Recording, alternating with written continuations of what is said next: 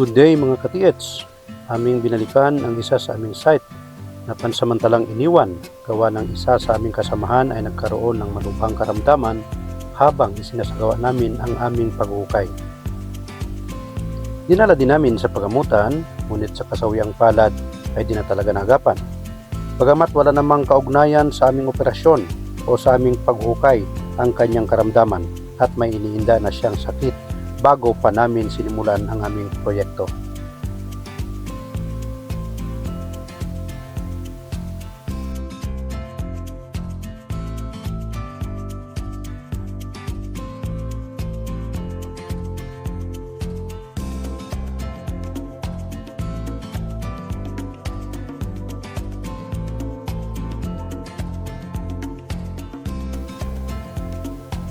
Ang eryang ito ay may kalayuan at may mahabang lakbayin mula sa daan ng pambarangay or sa barangay road.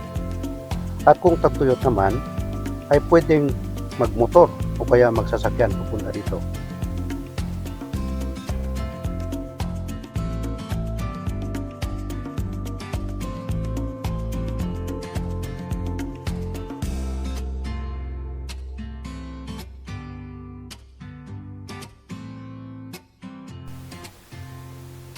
Ito yung isa sa aming mga site na nahukay na namin at aming nakuha ang ilang fragments o bahagi ng bomba. Nakuha din namin ang helmet na medyo kinakalawang na.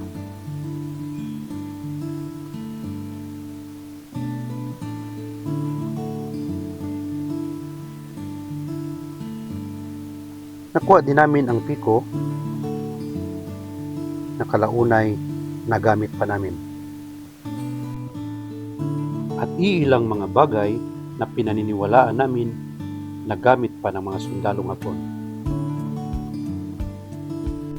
Pansamantalang iniwan namin ang proyektong ito dahil nga sa pangyayari. Bagaman hindi ito nawala sa aming mga isipan. Nakalipas ang mahigit 2 taon ay aming napag-isipan at napagkasunduan na aming suyurin ulit, i-detect kung kumusta na kaya ang detection nito sa nakalipas na mahigit 2 taon. Isa sa aming gamit ay ang LRL or Long Range Locator. Ito ay isang ionic bionic technology na galing pa sa Wellington, Florida. Ito ay may tri-band multi-frequency transmitter na may kakayahang mag-detect ng precious and non-precious metals buried underground for a long period of time. Ang system of operation nito ay frequency resonance na hinihigop ang vibration of wave in different wavelength and frequencies.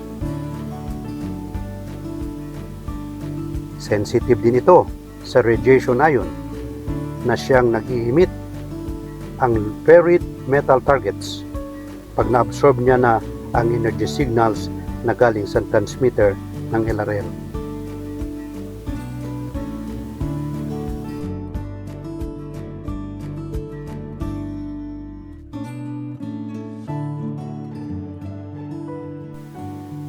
Ang aming LRL ay hindi ito dowsing. Meron itong TRN or Thrust Reflection Nullifier na kaya nitong mai-identify kung ang isang buried metal target ay ferrous or non-precious metals o kaya non-ferrous or precious metals. Ferrous metals ay ang mga metal na kinakalawang tulad ng pako, yero, kabilya o kaya lata. Non-ferrous naman ay ang mga metal na di kinakalawang o di kakalawangin tulad ng tanso, aluminum, ginto, palladium o kaya platinum at siya ring tinatawag na precious metals. Ang proseso ng ating LRL or Long Range Locator sa pag-identify ng target ay nagdedepende sa field strength reaction ng isang buried metal deposit. na nagkaroon ng komunikasyon sa receiving antenna sa pamamagitan ng reflection conductivity. Study says, ang anumang metal na nakabaon sa lupa o sa ilalim ng lupa sa mahabang panahon ay nagkakaroon ng free electron radiation field. Ito'y dahil na rin sa pagkahalo sa mga mineral sa ilalim ng lupa, tubig o kaya tubig ng ulan na nakakabuo ng reaksyong kemikal. Dahilan sa pagkakaroon nito ng static charge, energy at rest o kaya standby na enerhiya.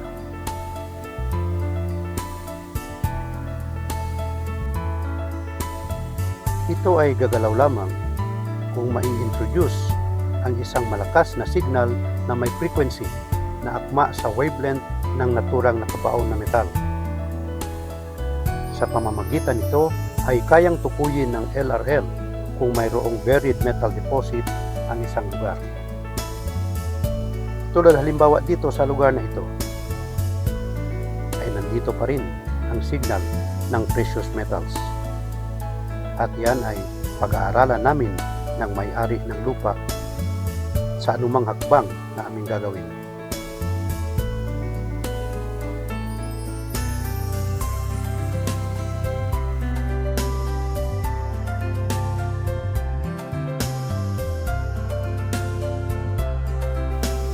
At sa susunod ay tatalakayin natin ang prosesong teknikal kung paano at anong gadget ang kakailanganin natin gamitin sa pag-detect sa lugar.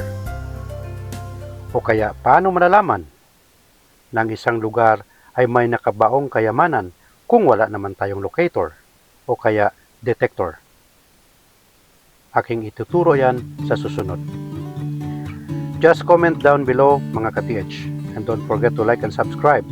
At i-click nyo na rin ang notification bell upang kayo ay ma-notify kung may bagong video tayong na-upload.